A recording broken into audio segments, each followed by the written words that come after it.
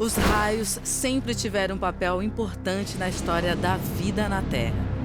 Segundo os cientistas, há 3,8 bilhões de anos, essas descargas elétricas eram bem mais intensas e foram responsáveis pela formação de aminoácidos, moléculas básicas para a sobrevivência das espécies.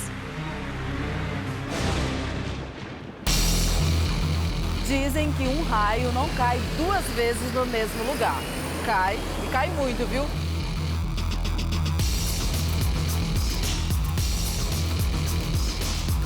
O Brasil é o país dos 100 milhões de raios. Em nenhum outro lugar do mundo esse fenômeno acontece tantas vezes quanto aqui. Agora, por que atraímos tantos raios? Como os raios são formados? Biosfera no Ar, pela sustentabilidade do planeta.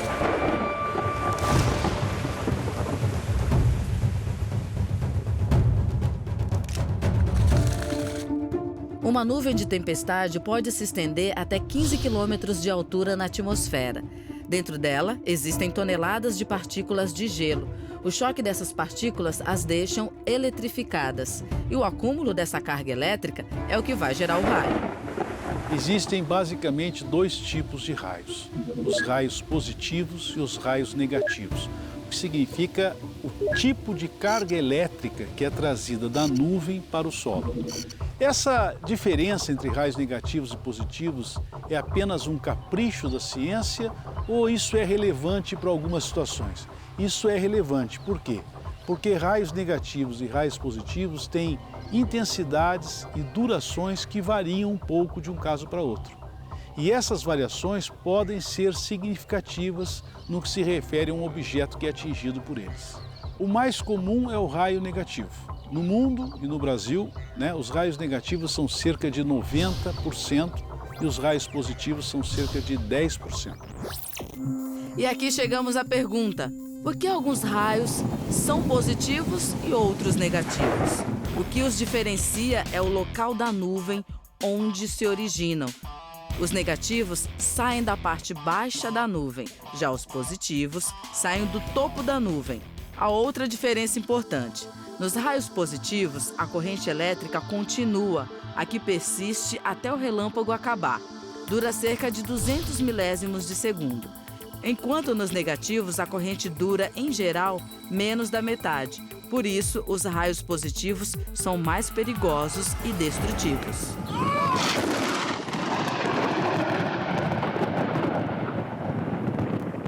Bem, nós já entendemos que o raio nada mais é do que uma carga elétrica, igual a eletricidade. Mas nós não conseguimos enxergar a eletricidade e conseguimos ver o raio. Será que é porque ele se transforma em relâmpago? Ou relâmpago e raio são coisas diferentes?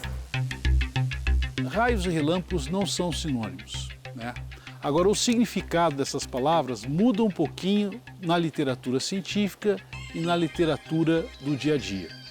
Para a ciência, relâmpagos são todas as descargas elétricas que acontecem na atmosfera, independentemente se ela vem para o solo, se ela fica dentro da nuvem, se é de uma nuvem para outra. Nós temos uma descarga que desce da nuvem em direção ao solo. Ela começa em 5, 6, 10 quilômetros de altura e vai descendo em direção ao solo. Nesse período que ela está descendo, o olho humano não consegue visualizar ela, a gente não enxerga que ela está acontecendo. Quando ela se aproxima do solo, a cerca de 50, 100 metros do solo, aí ela induz uma outra descarga que sai do chão e as duas se encontram a cerca de 50, 100 metros. Quando as duas descargas se encontram, aí que nós temos aquele brilho intenso, a corrente elétrica intensa e é o que nós vemos no céu. Com mais de 3 bilhões de raios caindo dos céus por ano, conhecer esse fenômeno significa evitar prejuízo e se precaver de diversos problemas. Você sabia que a temperatura de um raio equivale a 5 vezes a temperatura solar? Ela chega até 30 mil graus Celsius, enquanto a temperatura da superfície solar é de cerca de 5.800 graus. É o aquecimento do ar de uma forma tão abrupta que gera o barulho dos trovões.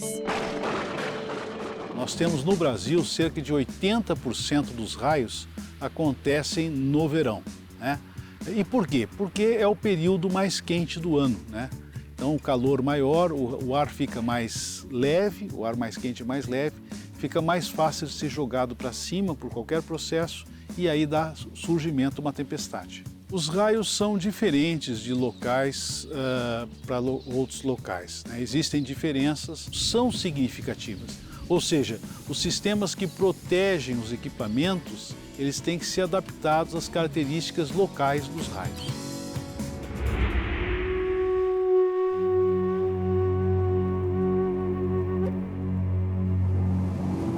Os raios aparecem constantemente nos mitos das civilizações do passado. Na mitologia grega, por exemplo, os raios eram vistos como manifestações de Zeus e de outros deuses, como reação de ira contra as atitudes dos homens. Outra crença popular considerava que o raio poderia trazer pedras e enterrá-las nas areias. A pedra de raio, então, poderia ser utilizada como um talismã para a proteção pessoal e de residências. Mas ainda hoje, muito se diz sobre mitos e verdades sobre os raios. Será que ficar embaixo de uma árvore ou ao lado de um poste pode me proteger de raios? O raio sempre vai procurar os pontos mais altos ou a menor distância. Se você for verificar da nuvem até a chegada no solo, eu posso ter um prédio, posso ter uma torre de alta tensão, posso ter uma árvore, um poste, posso ter uma barraca de praia e pode ter uma pessoa exclusivamente. Então a menor distância é que o raio vai atingir. Se você estiver num local onde existe um ponto mais alto, durante a tempestade de raio, você está no lugar errado. Você deve sair debaixo de locais onde, por exemplo, árvores, postes, onde você tem uma parte superior que possa receber a descarga elétrica do raio. E também sair de locais abertos, onde você vai ser o ponto mais alto, como praia, campos de futebol, precisa sair de lá.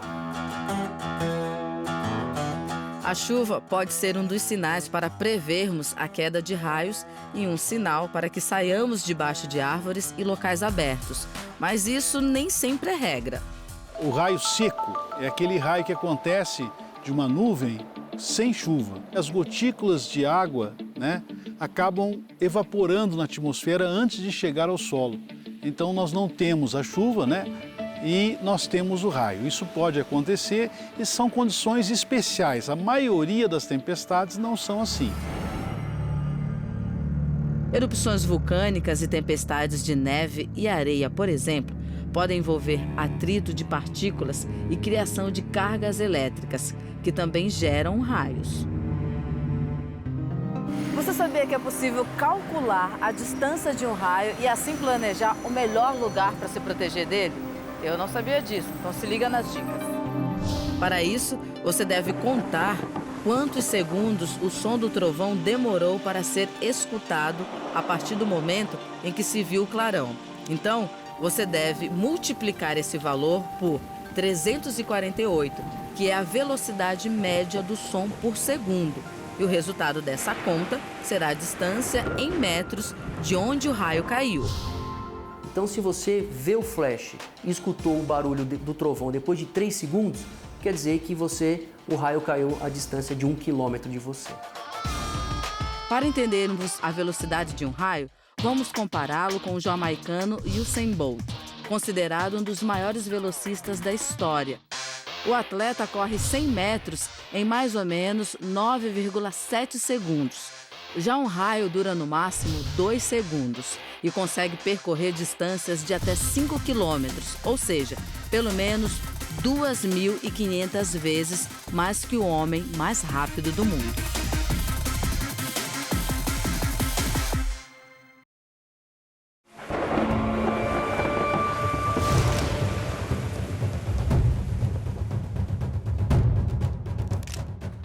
Biosfera de volta pela sustentabilidade do planeta e hoje nós estamos falando sobre raios.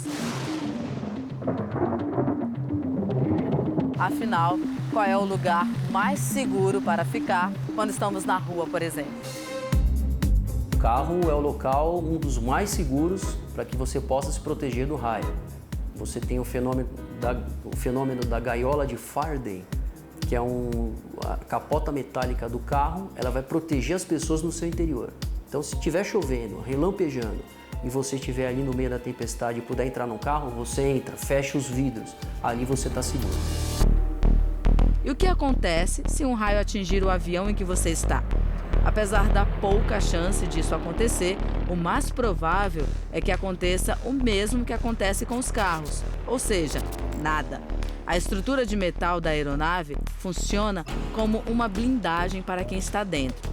Mas e as turbinas e tanques de combustíveis? Bem, elas são protegidas com uma dupla camada de metal para garantir a segurança do voo.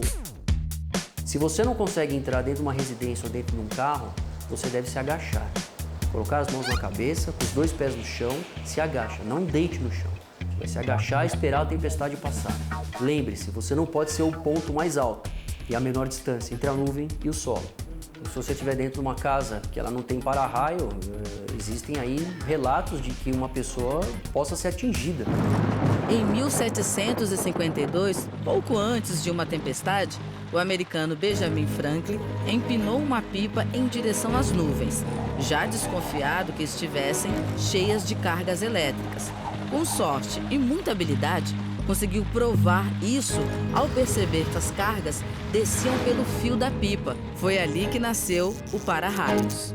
O para-raio tem a finalidade de proteger a edificação onde está instalado. Se eu coloco um para-raio em cima do prédio, a finalidade é proteger o prédio.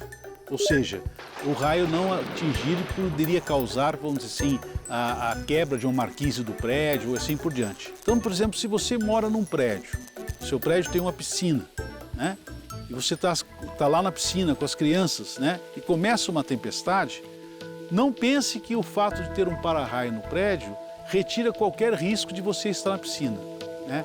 Ele protege um pouco, mas não dá uma certeza completa. Então, numa situação como essa, se você está na piscina de um prédio e começar uma tempestade, você deve sair da piscina e entrar no prédio. A água é condutora de eletricidade. Dependendo da distância onde o raio cair, ela pode te atingir. Então você tem que sair da água. Você deve procurar abrigo. Um raio comum costuma ter intensidade de 30.000 amperes. Isso equivale à intensidade de 1.000 chuveiros elétricos. Embora tenha potência elétrica grande, a pequena duração dos raios faz com que eles não gerem muita energia. Em média, um raio gera em torno de 300 kWh, o que equivale ao consumo mensal de uma pequena residência. O assunto é sério e merece a devida atenção. Temos registros de pessoas que foram atingidas diversas vezes por raios, como, por exemplo, o guarda florestal Roy Sullivan, que foi atingido 7 vezes por raio. Isso consta nos estudos sobre o tema. Talvez o mito mais comum, né, aqui do Brasil, que tem origem em 1500, né, descobrimento do país, mas que ainda existem pessoas que acreditam, é que um raio não cai 2 vezes no mesmo lugar. Esse é o nosso maior mito, né? Um raio cai 2, 3, 4 vezes no mesmo lugar, né?